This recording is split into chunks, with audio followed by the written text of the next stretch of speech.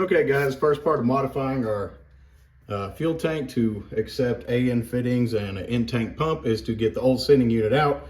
There's like 3 little just raised portions on this lock ring. All you need is like a screwdriver, preferably a brass punch. That way there is fuel in your tank, no spark will ignite it. There's only a slight bit in here.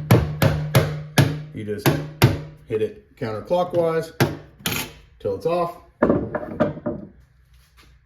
And then you can just remove this sending unit out of the tank.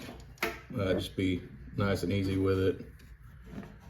Get the float and the sock out.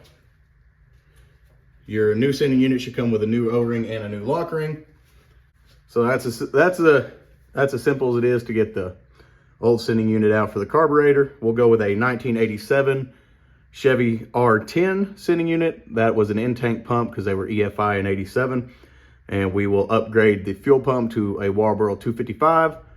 We'll get the Walboro 255 put in the hanger, get the fuel sock and everything on. We'll get it dropped in the tank, get it locked in place, and then I will show you how to modify the like feed and return lines to accept AN fittings. Okay guys, let's get the fuel pump installed in the sending unit. Like I said, this is a Spectre premium brand. You can get all this at hotrodfuelhose.com. Just everything you need to get this in there. Comes with a new fuel sock. Has like the little insulator for your fuel pump. A new O-ring, a new lock ring. Everything you need to install it.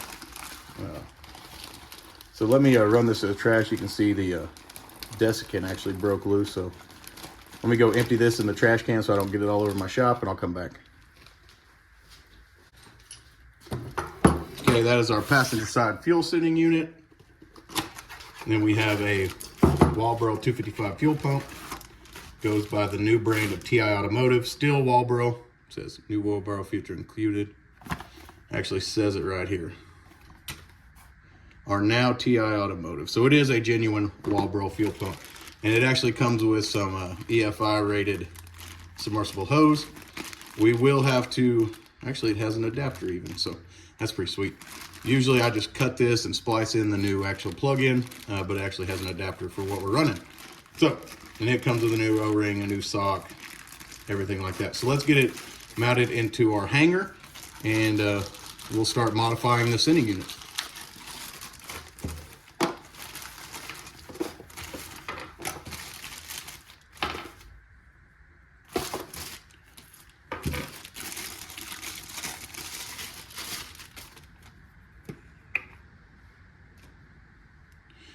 So basically, you'll just get your little rubber isolator, press that in the bottom.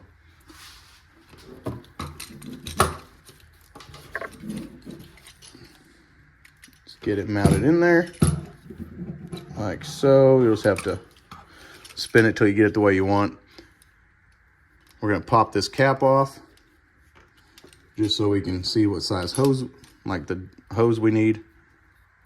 Get it pretty square. Sorry boys, kind of hard to film and do this. So we want to run it all the way up there. So we'll just say right about there. Let me go cut this. They give you plenty. If you mess up, you'll be able to redo it. So let me go cut this off camera and then I'll be back.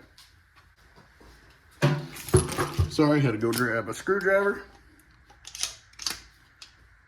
So now we're just gonna get everything in position so we can actually tighten down our clamps. You want to make sure you get it below the beveled portion so hose won't come off.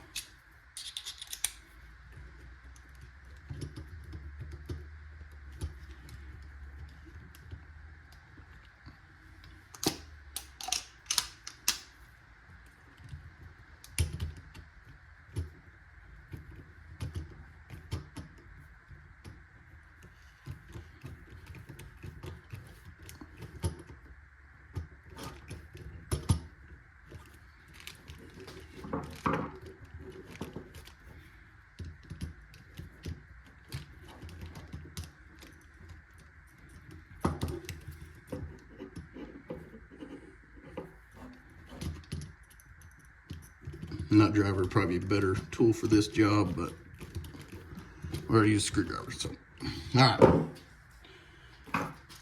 Now we will just plug our adapter in. That's plugged in. Then we can plug in our fuel pump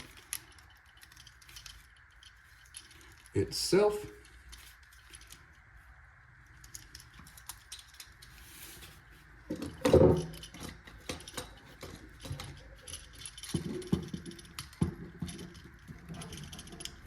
All right, so now that is plugged in, we are ready to install it in our fuel tank. So let me get all this cleared off, get the fuel tank set up here, and we'll get to installing the fuel sending unit in the fuel tank. Okay guys, so install your sending unit, just lube up your O-ring. I like to use ATFs. Place your O-ring in place. I almost forgot, don't forget to put your sock on the bottom of your sending unit.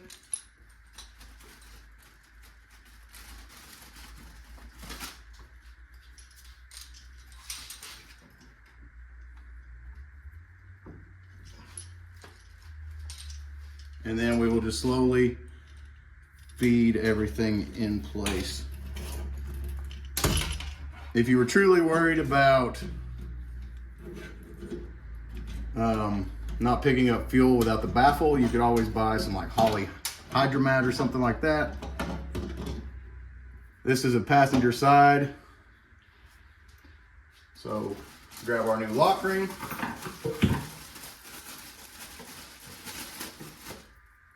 You want this side facing up with the 3 raised grooves. Just feed your fuel pump into it. Your wires. Feed it over your feed, return, and your vent. Start it in the grooves. And then we are just going to work our way around using the 3 grooves. Will go clockwise. Keep walking it.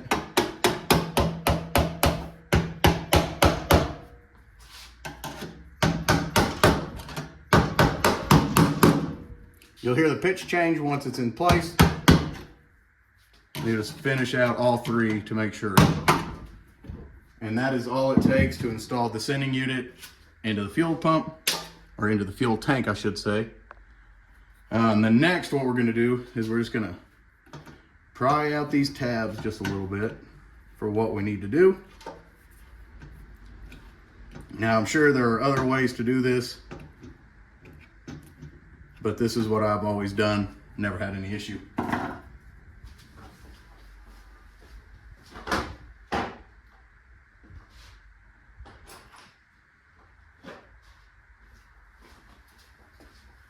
So what we're going to do is we're just going to get us a screwdriver that fits the ID of the hose.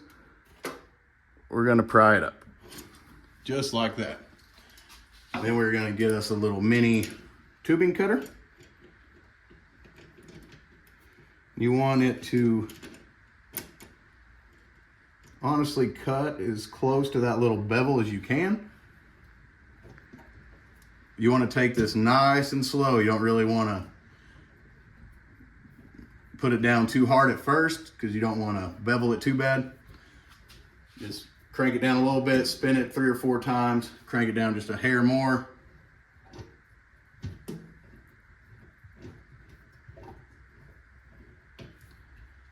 Like currently we're working on the 5/16 side, which will be your return line.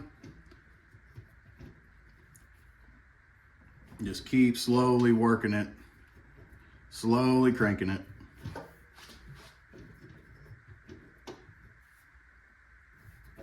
You don't have to worry about any shavings right now. Nothing should be inside the tank.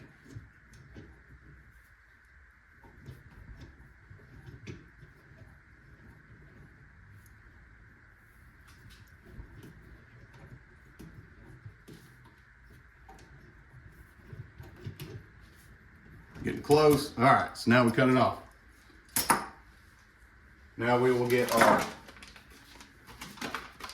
5/16 tube to AN6 male hardline tube adapter. I don't know why they have them where you can open them up, but. So how these work are they're just a compression fitting. They have a little, oh, They just have a little brass ferrule inside. So we will slide this over. Okay guys, not exactly sure if I had like a inner diameter problem of my fitting or if the hose was just like the tubing was just too big or whatnot, but we've got it taken care of now. We've got the return adapted to -6 and the feed adapted to 3/8. We'll just run like a little bitty short hose off of here. This is just like a vent hole, not a big deal. This is our ground. I think power is our purple, and I think gray might be for the level for your gauge, or I might have those two backwards. Not exactly sure. But like I said, I've got everything here off of hotrodfuelhose.com as far as the sending unit, the adapters, the fuel pump, everything. The tank was already installed in the truck. It's a new tank, so I'm not going to replace it with one with a baffle. Just to save the money. As long as I don't run it super low, we shouldn't have any fuel starvation issues. But like I said, you can get an entire fuel system for a square body pickup off of hotrodfuelhose.com. And if you use the code 3rd Gen C10, you will get 10% off of your first order, save you a little bit of money there. And you can get that LS swap, get some fuel to it, get it firing. If you like the video, guys, like, comment, subscribe. This is just one of many of my fuel system. I'm gonna get some hoses built in the next video, so that way we can start running hoses to the fuel rail and get this thing fired up. So like I said, like, comment, subscribe. Catch you on the next one.